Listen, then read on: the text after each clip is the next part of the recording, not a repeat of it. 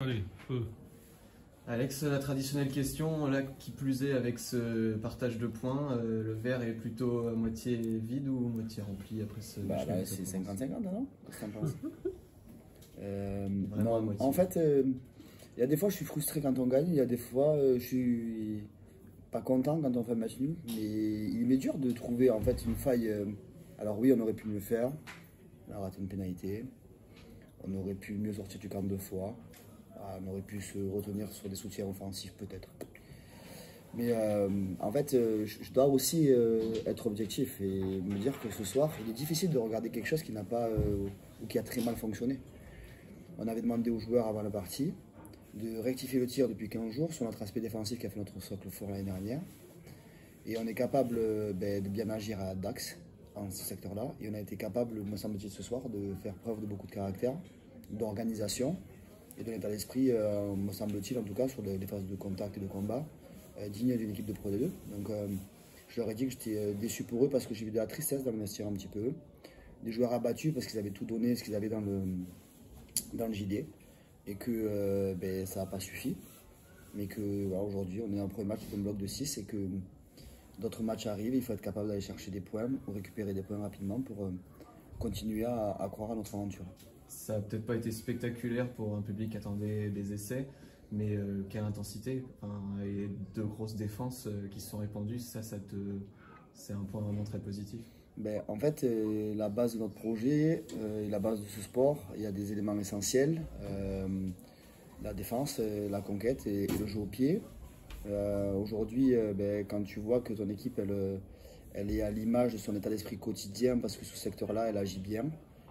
Voilà. Après, est-ce qu'il faut mettre la charrue avant les bœufs? Est-ce qu'il faut aujourd'hui se dire le but du jeu, c'est faire du large, aller marquer des essais avant de défendre?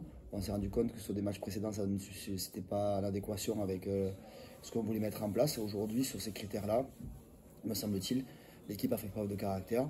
Et j'ai retrouvé un état d'esprit depuis 15 jours sur l'aspect défensif, voilà, plein de valeurs. Et ça me fait plaisir. Ouais. Il y a eu beaucoup d'envie dès le début du match, peut-être un peu trop. Est-ce que c'est ce que tu trouves aussi, notamment les soutiens offensifs? Les faits, la majeure partie des pénalités que vous concédez sont sur des situations d'attaque. Ouais, c'est ça le problème. C'est que tu te rends compte là que est-ce que c'est intéressant d'aller au fond de la pensée, d'attaquer. Quand tu ne maîtrises pas tous les paramètres, c'est dur. Donc, on a essayé de tenir le ballon, en effet. Je préfère à la semaine leur dire aux joueurs, on peut se retenir, on va travailler nos soutiens offensifs, on va travailler nos porteurs de balle au sol, on va être plus électrique, on va engager, on va plus contrôler nos attitudes sur les phases de soutien.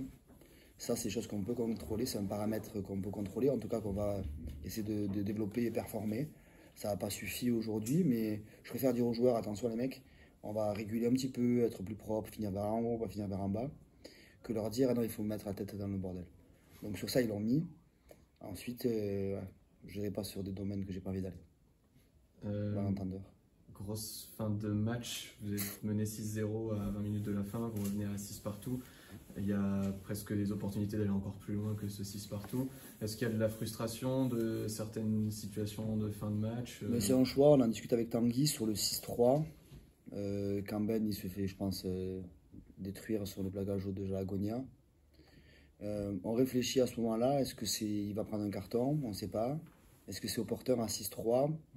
On vient de perdre une pénale touche là-bas qui avait, me semble-t-il, on avait le ballon, mais la touche a été refaite. Donc du coup, on perd le ballon après sur la seconde touche refaite.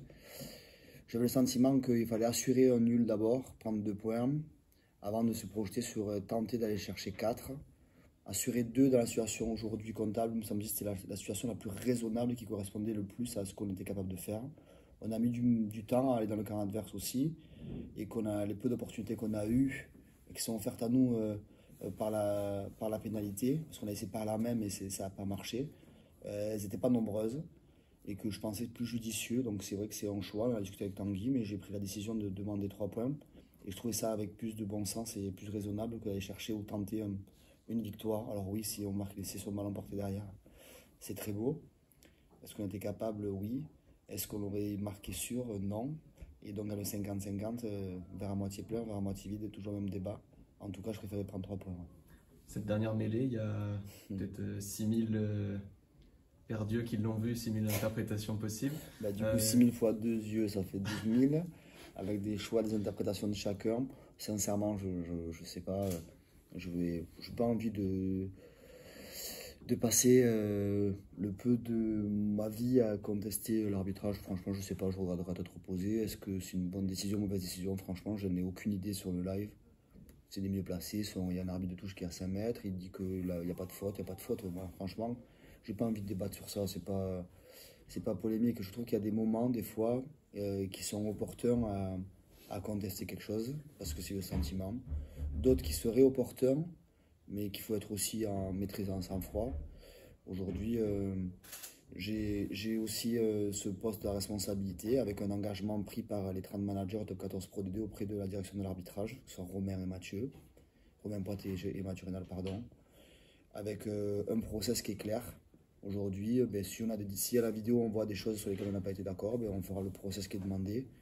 Mais aller gueuler à la fin, je l'ai eu fait, certainement que je le referai, parce qu'on est sanguin. Après, aujourd'hui, je ne pensais pas que c'était opportun de le faire. Surtout quand Gauthier Gibaud me parle à l'oreille en me demandant, il ne faut pas le croire. Donc voilà. Allez, merci. Merci Alex.